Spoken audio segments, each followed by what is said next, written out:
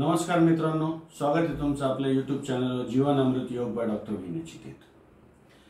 आज आपण पातंजल योग सूत्रावर भाष्य करणार आहोत। इथून पुढे आपले जे व्हिडिओ आपल्याला जे बघायचे ते सर्व पातंजल योग सूत्रांवर आधारित एक एक व्हिडिओ आपण त्या ठिकाणी अतिशय शॉर्ट बनवणार आहोत। तर मी मागील भागामध्ये सांगितल्याप्रमाणे गुरुवर्य पतंजलींनी 195 ते 196 सूत्र त्या ठिकाणी सांगितलेले आहे आणि त्यानुसारच अष्टांग योगाची निर्मिती झालेली आहे। तर सर्वप्रथम पहिलं सूत्र मी या ठिकाणी उद्बोधित करत आहे। पहिलं सूत्र आहे अथ योगानुशासनम। याचा मराठीमध्ये अर्थ काय घ्यायचा आहे की योग करताना, योग मार्गात येताना आपण कसा प्रवेश केला पाहिजे, एक शिस्त त्या ठिकाणी असली पाहिजे योगाचरणाला सुरुवात करताना।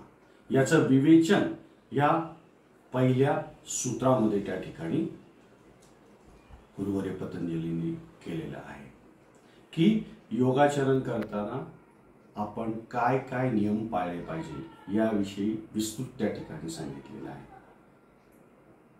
सूत्र क्रमांक 2 योग चित्तवृत्ती निरोधः,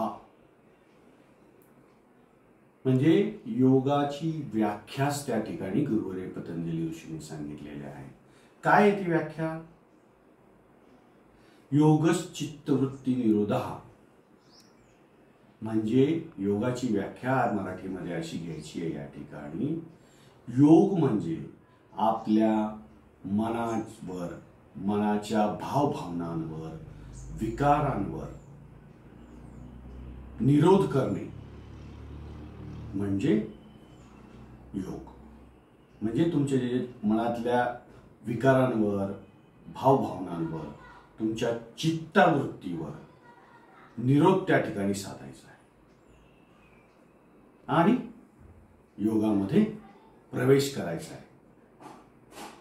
हे दोन्ही जे सूत्र मी सांगितलेलं आहे, सूत्र क्रमांक 1 आणि 2, हे व्यवस्थित समजून घ्या। अथ योगानुशासनम आणि योग चित्तवृत्ती निरोधः म्हणजे योगाची व्याख्या त्या ठिकाणी अतिशय सुंदर सांगितलेली आहे गुरुवर्यांनी की योग म्हणजे काय की चित्तवृत्तीचा निरोध। आता आपण हळूहळू हे सूत्र समजून घेत असताना चित्तवृत्ती म्हणजे काय, त्या चित्तवृत्तीचा निरोध कसा करायचा ही या ठिकाणी आपण समजून घेणार आहोत। प्रत्येक व्हिडिओ थोडासा शॉर्ट करणार आहोत। आजच्या पुरतं योगाची व्याख्या परत एकदा सांगतो मी। योग म्हणजे मनाच्या भावभावनांवर, विकारांवर विजय मिळवणे किंवा त्याचा निरोध करणे, त्याला काबूत ठेवणे म्हणजे योग, असे या ठिकाणी घ्या। आजच्या पुरतं एवढंच। ओम साईराम, धन्यवाद।